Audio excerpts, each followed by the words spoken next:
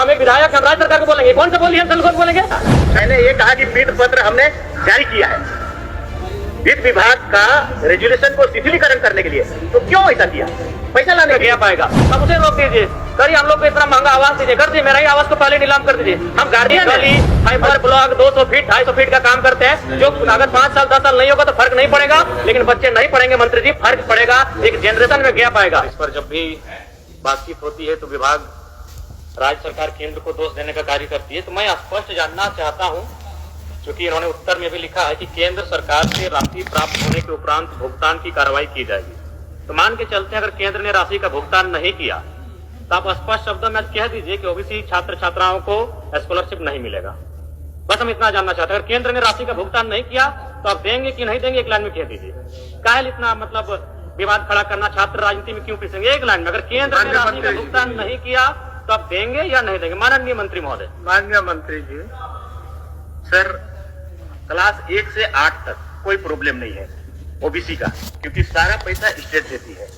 Problem sir 9 और 10 और post matric का है, और ये दोनों में 60-40 का रेशियो है। अब कानून बना है तो अब बना है सर, तो हम लोग तो वेट करते हैं, और इसीलिए हम मंत्री जी के पास भी गए, भारत सरकार के पास, और उनको सारा आंकड़ा भी बताया कि आप हमको देंगे तभी मेरा जो मेरा बजट का पैसा है सो खुलेगा।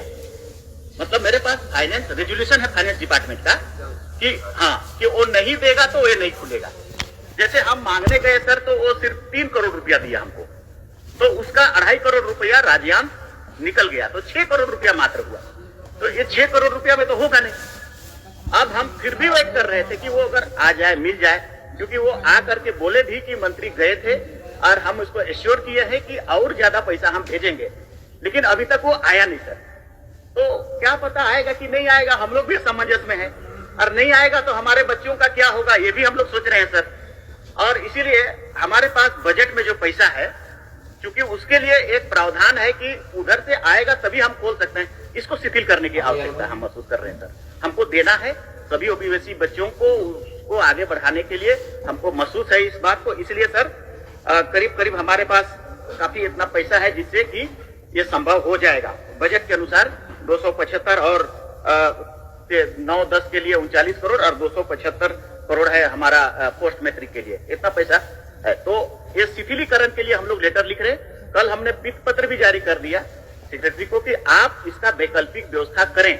केंद्र नहीं देगा तो उसकी बात है, मत देने दीजिए, हम क्या करेंगे उसको बात बताइए। मेरे पास बजट में है, उसको क्लियर करिए।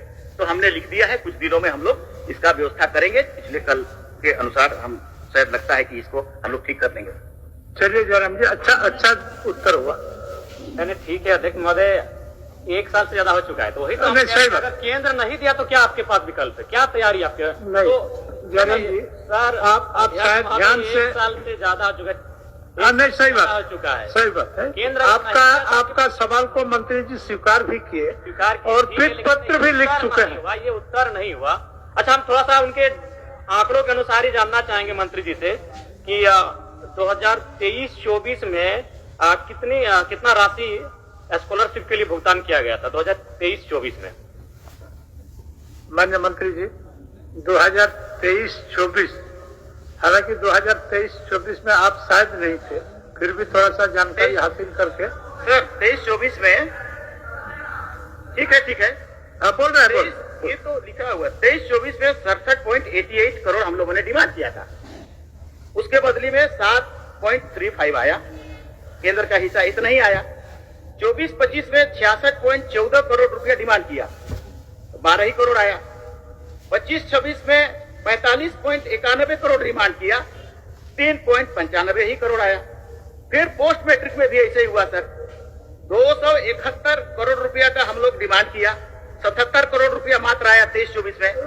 24-25 में 353 करोड़ का डिमांड किया, आया 33 करोड़। अभी 25-26 में 370 करोड़ का जरूरत है, उसमें 0 आया, एक और नहीं आया। तो नहीं आ रहा है तो क्या करेंगे हम लोग सर? वही तो मैं कह रहा हूँ कि ठीक है, मैं एक सुझाव देना चाहूंगा। बताइए सुझाव बताइए। मैं एक सुझाव देना चाहूंगा कि जब तक केंद्र का अंश नहीं मिल रहा है तब तक आप तमाम छात्रों को ब्याज रहित ऋण दे दीजिए। जब अंश आ जाएगा आप काट लीजिएगा। ये राजनीति, ये बहुत गंभीर विषय है। और नहीं तो जो विधायक निधि है नहीं दीजिए। ऐसे भी हमको 5 करोड़ में क्या बनाते हैं, पीसीसी बनाते हैं। पीसीसी नहीं बनेगा तो हमको कोई फर्क नहीं पड़ेगा, लेकिन अगर 5 साल बच्चे नहीं पढ़ेंगे तो इस राज्य को फर्क पड़ेगा, इस राज्य के भविष्य को फर्क पड़ेगा। इसीलिए आप 5 करोड़ का जो विधायक निधि देते हैं वैसे उससे कुछ काम नहीं होता है। पीसीसी, गली, फाइबर ब्लॉक 200 फीट 250 फीट का काम करते हैं, जो अगर 5 साल 10 साल नहीं होगा तो फर्क नहीं पड़ेगा, लेकिन बच्चे नहीं पढ़ेंगे मंत्री जी, फर्क पड़ेगा, एक जनरेशन में गैप आएगा। तब उसे रोक दीजिए। करिए हम लोग को इतना महंगा आवास दीजिए, कर दीजिए, मेरा ही आवास को पहले नीलाम कर दीजिए। हम गार्जियन हैं, और गार्जियन होकर अगर गार्जियन आपके बच्चे नहीं पढ़ेंगे ठीक है साहब तो क्या करेंगे, कुछ सुनवाई करेंगे? माननीय सदस्य, नहीं, मैं सुझाव दे रहा हूँ कि आप उनको ऋण दीजिए। भावना से नहीं तो 1 साल बीत चुका है, 1 साल बीत चुका है। भावना कुछ 15 दिन के लिए होता है, भावना 15 दिन के लिए होता है। आपका भावना सही है, आपका भावना तो सही मैं तो है। सुझाव दे रहा हूँ उनको ऋण दीजिए, बिना ब्याज के ऋण दीजिए। हम सेंट्रल गवर्नमेंट क्यों बोलेंगे? हम एक विधायक, हम राज्य सरकार को बोलेंगे। कौन से बोलिए हम सेंट्रल गवर्नमेंट बोलेंगे?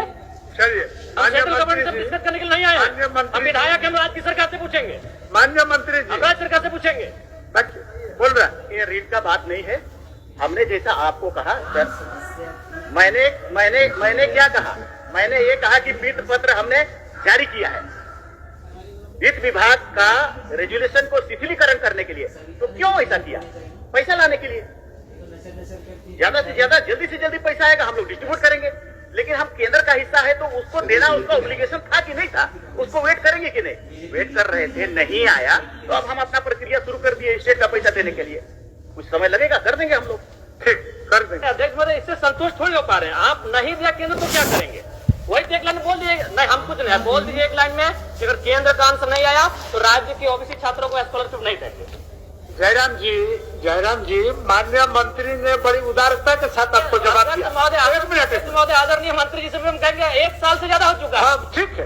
विलम्ब के लिए मंत्री जी को भी दुख है, तकलीफ है, और उन्होंने इसको भुगतान कराने की दिशा में वित्त पत्र लिख चुके हैं। एक नियम है, उस नियम को शिथिलीकरण करने के लिए, तो जैसे ही शिथिल हो जाएगा भुगतान क्या करेंगे। बच्चों हम बोल रहे हैं तब तक ऋण दे दीजिए ना, बिना ब्याज पर ऋण दे दीजिए।